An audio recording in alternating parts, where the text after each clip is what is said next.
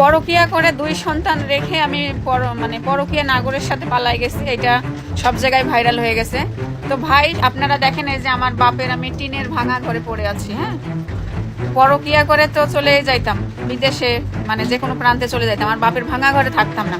আর কেউ এত সুখ ছেড়ে 10 তলার ওই অট্টলিকার সুখ ছেড়ে আইসা এই বস্তিতে থাকে না। হ্যাঁ, তো আমার বাপের এই বস্তিটাতেও না ও 10 তলার থেকে অনেক সুখ আছে। এখানে আমি একটু শান্তিতে ভাত খাইতে পারি, 3 বেলা মায়ের খাই না, 3 বেলা হচ্ছে তার বাজে কথা শুনি না, তার বাজে ব্যবহার শুনি না। একটা নেশাগ্রস্ত, কি বলবো, নেশাগ্রস্ত লোক, তার মেন্টালিটি হচ্ছে সবসময় হট থাকে। বাবাকে কি বলে, বউকে কি বলে, কাকে কি বলে সেটা বোঝার ক্ষমতা তার থাকে না, সবসময় সে মাতাল অবস্থায় থাকে। আর আমি একটা মাতাল থেকে বাঁচছি, এইটুকু বলতে চাই আপনাদের। মাতাল, আমি কিছু বলতে চাইনি, আমি সব সময় চাইছি যে সম্পর্কটার সম্মান থাক। ও আমাকে ছেড়ে দিবে দিক, তারপরে ওর প্রতি আমার সম্মানটা থাক। কিন্তু আমি যখন দেখতেছি সে আমার নিজের সম্মান, আমার সম্মানটা সে রাখতেছে না, তার তো 6 বছর আমি বউ ছিলাম, সে আমার সম্মানটাই সে রাখতেছে না, তো আমারও আর চিন্তা করার দরকার নাই যে তার সম্মানের কথা। আসল কথা, সবসময় পরকিয়া করে বেড়াইছে সে, আর উল্টা দোষ চাপাচ্ছে আমার উপর। আমি যে পরকিয়া করছি সে এক চুল পরিমাণ কোথাও কোনো প্রমাণ দিতে পারে নাই। এমনকি আমাদের এইটা নিয়ে সে আমাকে 3 বার মারতে মারতে মেডিকেলে পর্যন্ত পাঠাইছে, আর একবার কুষ্টিয়াতে, আর 2 বার হচ্ছে রাজশাহীতে। রাজশাহী রাজপাড়া থানাতে সবাই আমার হচ্ছে সাক্ষী, ও কিভাবে আমাকে টর্চার করছে, কিভাবে মারছে, ওখানকার পুলিশ, থানার পুলিশ সবাই হচ্ছে সে তার সাক্ষী। ঠিক আছে, সে আমাকে নিজে পরকিয়া করছে, তার অহরহর প্রমাণ আমার কাছে আছে। আমি সেই প্রমাণগুলো স্ক্রিনশট রেখে দিয়েছি, অবশ্যই আপনাদেরকে দেখাবো। সে আমার যে ফলোয়ার আমাকে ফোন দেয় আমার সাথে কথা বলার জন্য, সে তাদের সাথে বিভিন্ন রকমের বাজে ব্যবহার করে, বাজে ভিডিও পাঠায়, তাদেরকে বাজে ইঙ্গিত দেয়, এরকম অনেক অনেক মেসেজ আছে। আবার কি বলবো, মুখে আনাও পাপ। সে অনেক মেয়েদের সাথে সে বাথরুমে যাইতে বলে, বাথরুমে যায় তাদের সাথে ইমুতে আজে বাজে কাজ করে, এগুলো আমার নিজের চোখের দেখা। তো এগুলার জন্য আমি অনেকবার আমার বাপের বাড়িতে চলে আসছিলাম। আপনারা তো সবাই জানেন বাপের বাড়িতে চলে গেছে কি জন্য যাই। তো আমি অনেক সময় আমার এই রাগের কারণে আমি বাপের বাড়ি চলে যাই। সে বারবার আমাকে কথা দেয় আর করবে না, আর করবে না বলে নিয়ে যায়। তারপরও সে একই কাজগুলো সে শুরুর থেকে করে আসতেছে। যাই হোক, এই সাবজেক্টটা বাদ দিলাম, যে নিজে পরকে।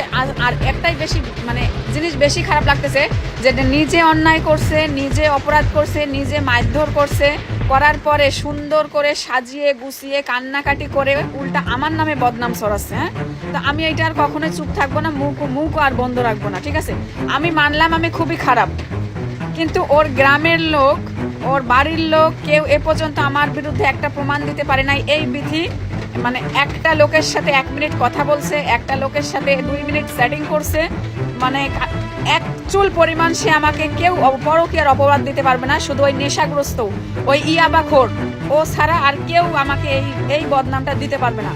কারণ ও এখন পাগল, সাইকো, আমি যেটাকে বলি, যে নিজের বাপের সাথে নিজের বউকে জড়াই দেয়। ঠিক আছে, এতদিন বলছে তোর বয়ফ্রেন্ড আছে, এটা আছে, ওইটা আছে। কেউ তাকে একজন বলছে যে আমি একজন সেলিব্রিটি মানুষ, আমি যদি মানুষের সাথে কিছু করি তাহলে সেটা অবশ্যই ভাইরাল হয়ে যাবে, তাহলে ঘরের শত্রু আছে, তোমার ঘরেই সেই শত্রু। তখন সে ঠিক করলো কি, আমার বোন জামাইয়ের সাথে জড়াইলো, আমার বোন জামাইয়ের সাথে বলতে বলতে চুপ হয়ে গেল। তখন কি করলো, সে তার বোন জামাইয়ের সাথে জড়াইলো। তার বোন জামাই বলতে সে জ্যোতি ব্লগসের কালামের সাথে আমাকে জড়ায়ে ওরকম 5-6 মাস আমাকে এক নাগারি পিটাইছে, এক নাগারি মারধর করছে, এক নাগারি বকাবাদ্য করছে, আজে বাজে ভাষা দিছে। আস্তে আস্তে তার মাথা থেকে সেটাও চলে গেছে।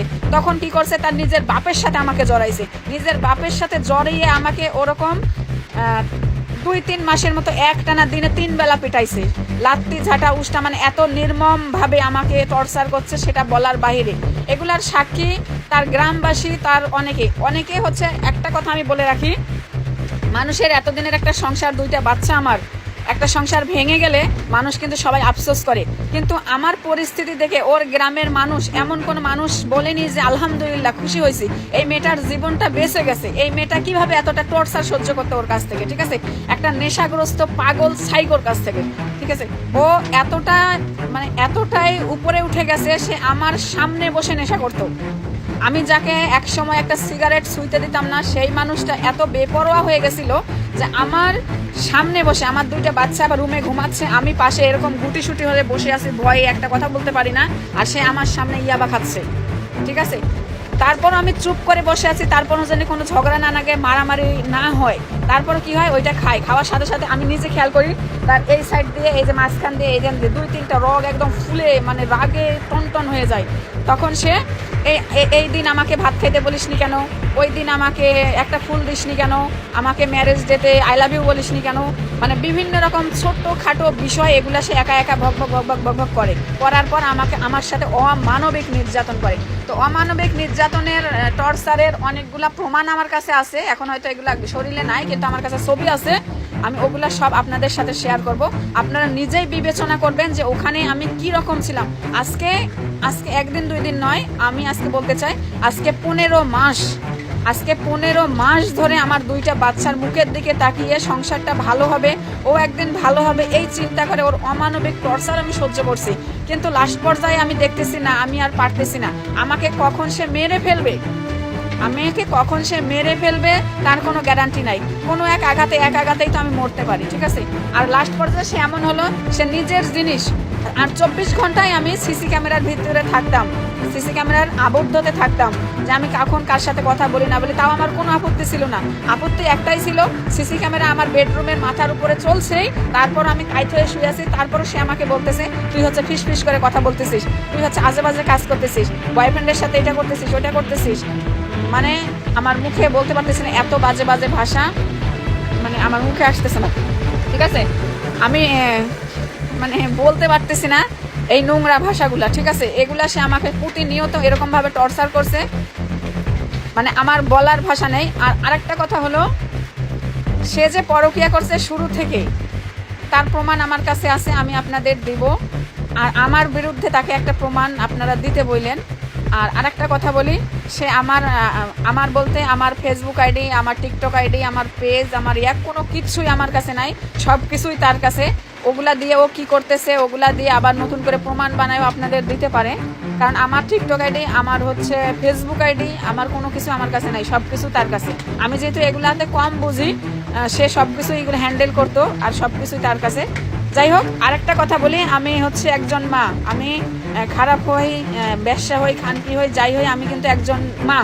আর একটা সন্তানের মুখে কিন্তু আমি এগুলা শুনবো না, তাই না।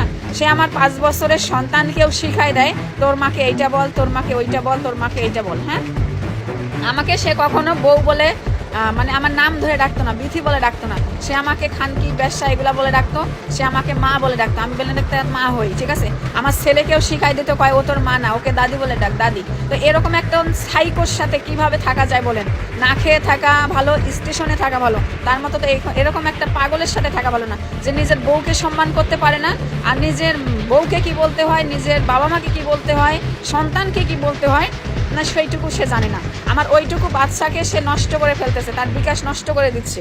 সে আজে বাজে কথা শেখাচ্ছে তাকে, আজে বাজে কথা, ফালতু কথা তাকে শেখাচ্ছে, ঠিক আছে। তো আমার সন্তান ওখানে থাকলে কিন্তু ওকে নষ্ট করে ফেলবে। আমি বলছি, সবাই বলছেন যে আপনার সন্তানকে আপনি কেন রেখে আসছেন। আমার সন্তানকে আমি রেখে আসি নাই, সে আমার সন্তানকে দেয়নি আমার কাছে। আমার শুধু ছোট দুধের বাচ্চাটাকে আমাকে দিছে, ওইটাকে ওরা কেউ ধরতে আসে নাই, শুধু আয়ানকেই নিছে। কারণ আয়ান একটু বড়, ওকে নিছে। আর দুধের বাচ্চাটাকে কেউ ধরতেও আসে নাই। আর আমার এই দুধের বাচ্চাটা, এইটা বিষয়ে আমি অন্যদিন ক্লিয়ার করব। এই বাচ্চাকে সে জন্ম থেকে বলতেছে তার বাচ্চা না, তার বাচ্চা না। আচ্ছা, বাচ্চাকে যদি কালো হয়, বাচ্চা যদি কালো হয়, সেটা কি তার বাচ্চা না? বলেন, বাচ্চা কালো হলে তার বাচ্চা হয় না? আমি ফর্সা, আমার সে তো কালো, সে তো কালো, সেজন্য সে বাচ্চা কালো হয়েছে। বাচ্চা কালো হলে কি আরেকজনের বাচ্চা হয়? সে তাহলে ডিএনএ টেস্ট করুক, কার বাচ্চা দেখা যাক। আর আরেকটা কথা বলি, আমার বাচ্চা কালো বলে তার রাজকন্যা হতে পারেনি, তার মেয়ে হতে পারেনি। আর একজন কালো কালকুট কাইল্লানি, আবার তার রাজরানী। হ্যাঁ, তো এগুলো সব কিছু হচ্ছে মানে তার মেন্টালিটি, সে খারাপ একজন লোক, জঘন্যতম হচ্ছে জঘন্য। এটার প্রমাণ আমি কি বলবো, আপনারা আমার এই ভিডিওটা যদি তার গ্রামের কেউ দেখে থাকে হয়তো কমেন্ট করবে, তাও ভয়েতে করতে পারবো না। ও এতটা জঘন্য লোক, মানে ওর ভয়ে গ্রামের কেউ তাকে মানে কিচ্ছু বলতে পারে না, এতটা খারাপ ব্যবহার সে করে মানুষের সাথে।